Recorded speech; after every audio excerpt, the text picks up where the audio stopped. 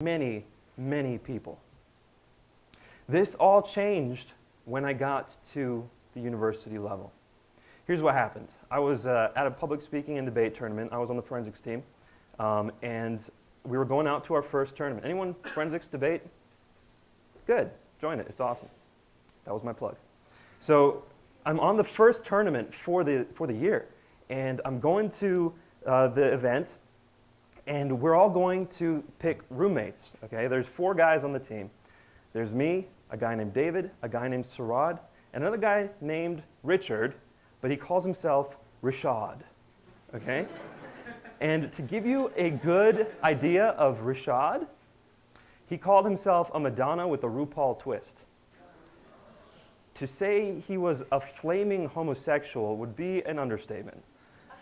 So, do the math. 4 guys, 3 heterosexuals, 1 homosexual, 2 rooms. David and I looked at each other and we're like, we're rooming together. And Sarad's like, thanks, guys. By the way, Sarad ended up spending the night with us.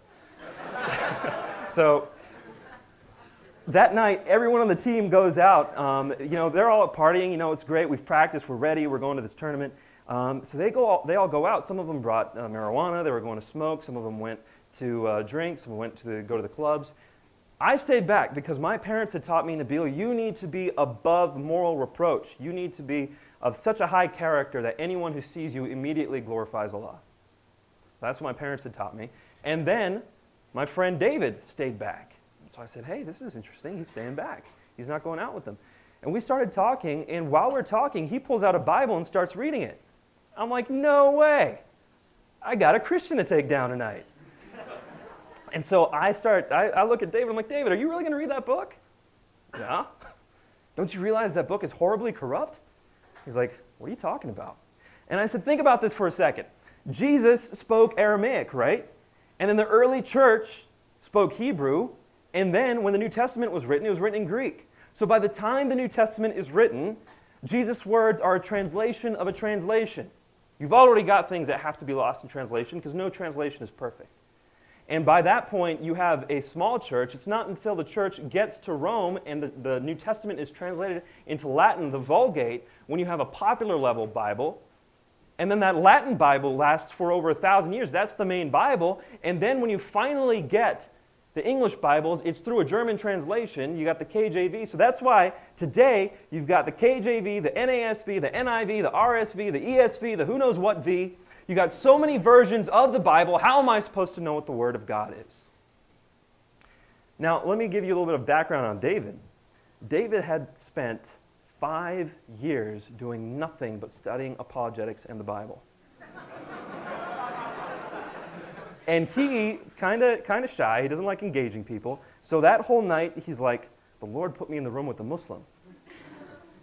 God, I don't want to start a conversation. If you want me to talk to him, can you get him to start talking? So David's been praying, and he's ready. And he says, Nabeel, let me tell you something. He says the disciples lived in an area that was multilingual. Just because Jesus spoke Aramaic doesn't mean he didn't speak other languages. And the disciples, if they spoke Aramaic, could have written in another language. And it's not the same thing as things being lost in translation. People who are truly multilingual can write thoughts in multiple languages.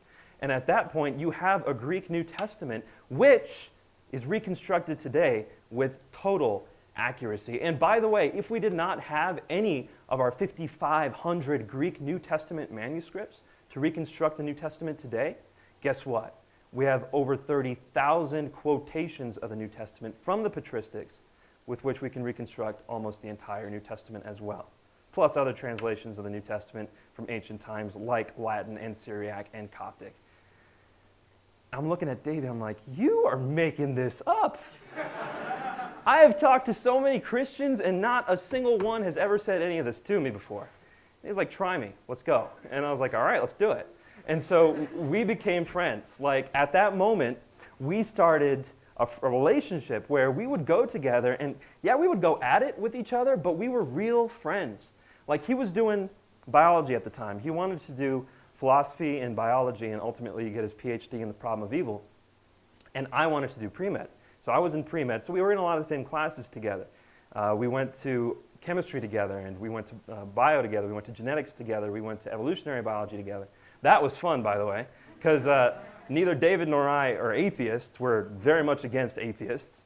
And our professor was definitely an atheist. And so she's sitting there teaching like the Greek taxonomy of various beings, like, you know, the kingdom, phylum, class, order, family, genus, species. So she's going through all that, and her hair, by the way, it advertises the fact that she's a lesbian atheist. I just said that. I didn't mean to say that. Can we strike that from any kind of record? I'm sure you can. Thank you very much. But so it was just kind of this crazy, like, coming at you, like, you can't look away, kind of like a car accident on someone's head, like, you know? And so David and I are sitting there. We can't listen to a word she's saying. We're just coming up with a taxonomy for her hair. You know, that's what we're doing. So we are like real friends. And while we go at it with each other, while we're talking about things that are very important to us, we know that when we're challenging one another, it's not because we want to tear each other down. It's because we want to build each other up. And so when he tells me, Nabeel, the Quran is not the word of God, I'm not hearing, Nabeel, you're inferior because your faith is incorrect. I'm hearing, Nabeel, I want to build you up in the truth, and you're wrong, and I want to share the truth with you. And in reverse, I'm trying to share Islam with him to do the same thing. I'm not trying to tear him down, and he knows it. So this is how our relationship goes. And I cannot encourage you enough to understand the importance of Christian love in evangelism. Okay? Evangelism was not meant to be performed apart from the context of love. They will know you by your love. And if they see you and they're not seeing love, they're not seeing Christ. Period. So in the context of this relationship, we are able to really challenge each other. And I began to see, it took me a year, but I began to see that the New Testament was actually trustworthy. That in fact, today it says what it has always said. I could come up with no model of uniform corruption for the New Testament. The New Testament was spread so rapidly throughout that area that in order for it to get uniformly corrupted, someone would have to recollect all the books of the New Testament, change it, and then redistribute it. And there was just no one in a position to do that at that time, no one at all. In fact, when the books were going around for the most part, to even gather as Christians was a crime under the Diocletian Edict. So I could see no way, no model. And it's easy enough to say, they corrupted the New Testament. Okay, give me some details. How did they corrupt the New Testament? Well, they got together. When did they get together? You know, there was no model to do that. So after a year, I said, okay, the New Testament, trustworthy. But still, inside it, nowhere does Jesus say he is God. Quite the opposite. Jesus makes it very clear he's a man and a prophet. And David and I went into that issue head first. Now, for me today, my ministry, Creed 2.6, which Dave was talking about earlier, is centered around Jesus. Who is he? What was he to the earliest Christians? What does that mean for us today? As believers, I mean, for those of you who have parents who are believers or have been raised in a believing environment, that's a great thing. But one of the downfalls to that is that you are often unable to catch just how radical and how awe-inspiring the incarnation is. That God would become a man, incomprehensible. Why in the world would he do that? How much did he have to give up? What was more humiliating to him, dying naked on the cross or becoming a man to begin with? Hard to wrestle with. And so, as a Muslim, I was taught that God would never compromise his majesty, his lordship, in such a manner as to become the son of carpenter. Quit your sniggering. The son of a carpenter and of a young girl. How would God do that? And not just to be born in that fashion, but then to live in labor his whole life, and then at some point to have to be betrayed by friends and to die on the cross? That makes no sense at all to a Muslim. It makes zero sense. In fact, it's so obviously wrong to a Muslim just because of the degree of humiliation God has to undergo. And so, to me, the biggest issue is Jesus. He is the issue to deal with. And you'll see that coming out today in my talks, and we have a whole session on Jesus as the pivot point. But just to give you a brief intro, at this point, I looked at my friend David and I said, can we know that Jesus claimed to be God? Did he? I don't think so. He doesn't do it in the New Testament. And so we started looking, and the first place anyone goes in order to defend the deity of Christ is the Gospel of John. First place to go, the easiest place. You see things from John chapter 1, verses 1 through 18, the whole prologue to John, very clear. In the beginning was the Word, and the Word was with God, and the Word was God. Nothing that was created in this world was created except through the Word. And the Word became flesh and dwelt among us, and we beheld His glory, the glories of the only begotten of God. And the Word is in fact the only begotten God, according to verse 18. Okay, so I'm looking at this as a Muslim. What am I going to say? What's my response going to be? Is this Jesus talking? No, right? Is this Jesus talking? John 1? No, this is the prologue. This is John the author. Who's this? Do we know who he is? That's a tough question. When was John's gospel written?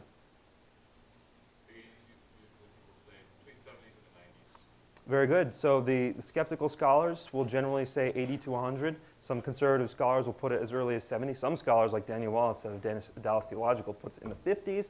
But the average scholar doesn't put it anywhere before the 80s and as late as 95 to 100 AD. Whoa, so you're telling me the first person to say Jesus was God was 70 years after he was crucified? No, I want to see it earlier. This is what I'm saying as a Muslim. I want to see it earlier. By the way, the arguments I'm giving you right now are from my Muslim perspective. We're going to have a much clearer version of all this stuff, so don't get confused. So as a Muslim, I'm saying I want to see the deity of Christ earlier in the Gospels. In fact, I want to see it at the earliest level. So what's the first Gospel? Mark. Cool. When was it written? 40, 70? What else do we hear? Can I get a 50? Can I get 55, 55, 60, 65? Okay, you have various views on when Mark was written. The ending of Mark, some people say, is written as early as the 30s or 40s. But in general, skeptical scholars do not put Mark before 70 AD. All right? So that's about the skeptical dating, 70 AD. And when I'm saying skeptical, I'm saying non-conservative Christian. So the average scholar who's not a conservative Christian would put it around 70 AD. Okay, first gospel. I want to see Jesus say that he is God in the Gospel of Mark. Because if it's not in the first gospel, that means it was probably invented somewhere between the first and the fourth gospel. Because why in the world would a gospel author, called an evangelist, why would an evangelist leave out the fact that Jesus claimed to be God? Does that make sense? We'd want to see it in the earliest gospel. And this is how I'm coming at it as a Muslim. And I said, I got to see this. Where does Jesus claim to be God? And so I started studying Mark with as much vigor as I could, coming from a total layman perspective. I mean, I was still a pre-med student at the time. And what I came to realize was when you read Mark's gospel through the correct lens, and that lens being a person who understands Jewish thought from the first century, then you begin to see what Mark is saying about Jesus.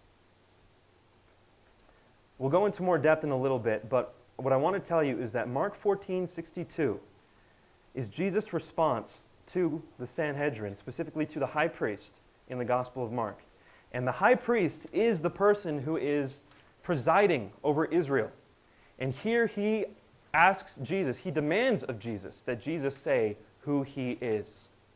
And what do we know from Romans 13? Talked about it yesterday, that the Lord has put authorities on top of us on this earth, and we're to listen to them.